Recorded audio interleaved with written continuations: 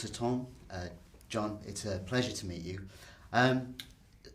This is set in an era when, for yourself, Sir Tom, you would have been a young boy, and for yourself, John, when you were younger, everything had been privatised.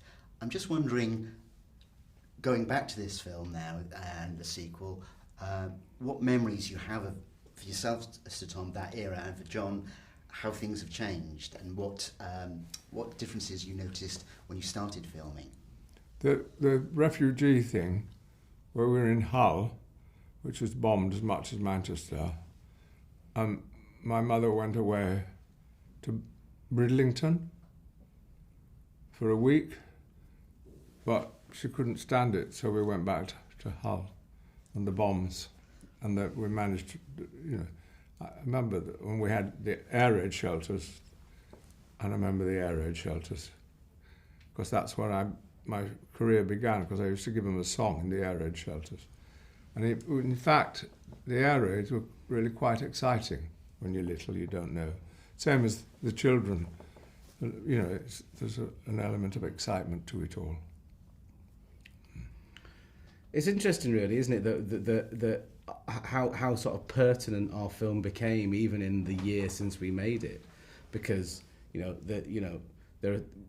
deal with some fairly uncomfortable issues within the film, and a big thread of the story is the effect that war has on tiny little children, innocent children who don't have, who are completely blameless and don't have anything, don't have, they're just completely wrapped up in a world that they're not prepared for.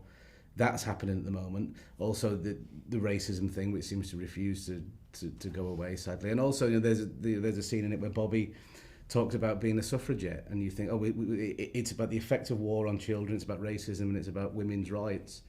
And you think in the 80 years since the film was set, you'd like to think things have changed, but you really think about it, and it's not changed anywhere near enough. So you both have scenes with children in this, and there is that adage of never work with animals, never work with children. How did you find working with children? Is it exhausting? Were you finding yourself having to be quite fatherly to them? The idea of never working with children is just gormless. I just don't understand it. I'll say it many times, I'd much rather be upstaged by children than by quite a few actors I can think of. For a start, they're not doing it on purpose, they just are, and it's lovely.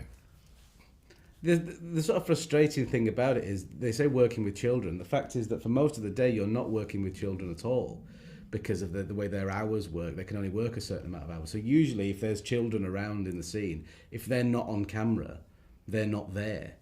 So if it's just a single on Tom, for example, Tom's talking to an AD with a script down there. He's not actually talking to a child. So it's sometimes you wish that you were working with a child more than you actually are, because certain... Actually, with me, it works out, because when I do the Churchill for them, they were all there. Oh, really? Mm. Even... And it was my suggestion that just the little one reacted. But I didn't mean him to say, here, here. He was supposed to say, hurrah. But he said, here, here. Oh, did he? Oh, that's lovely.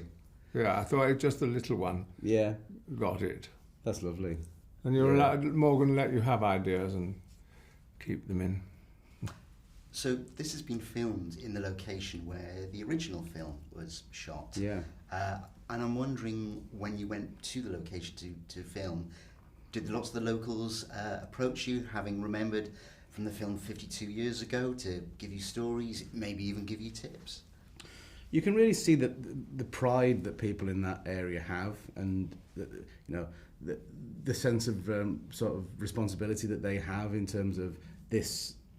The original Railway Children bring so many people to that area because they want to see the locations. Very, very rare you can still go to a film location from an iconic film and it's still there. The landscape's still the same, the station's still the same. So I imagine that brings a lot of tourism, and people there really see themselves as the guardians of it.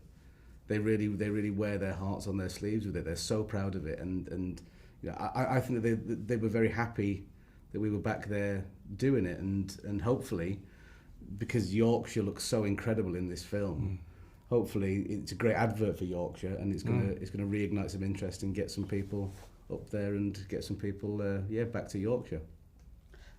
And a slightly off-topic question, we always ask this of actors. You have both got extensive careers, but we're wondering, is there ever been a film which in retrospect you look back on and you think, I wish I'd taken that role? The film I wasn't in. Yeah, films that you've turned down and you thought, I really should have taken that role, I wish I had now. Unfortunately, there are one or two, there are two. But I don't think you can say if you turn something down, somebody else did it. I mean, somebody, he died recently, but he got an Oscar for something I turned down. But I think you turned it down, so that's it. Your mistake. Accept. It's mainly, I don't normally dwell on the ones that I turn down, just because I think you're always going to... Oh, I do. No, But it's so pointless. He's right. It's so pointless. I can't help it, especially when they get Oscars. Well, there is that.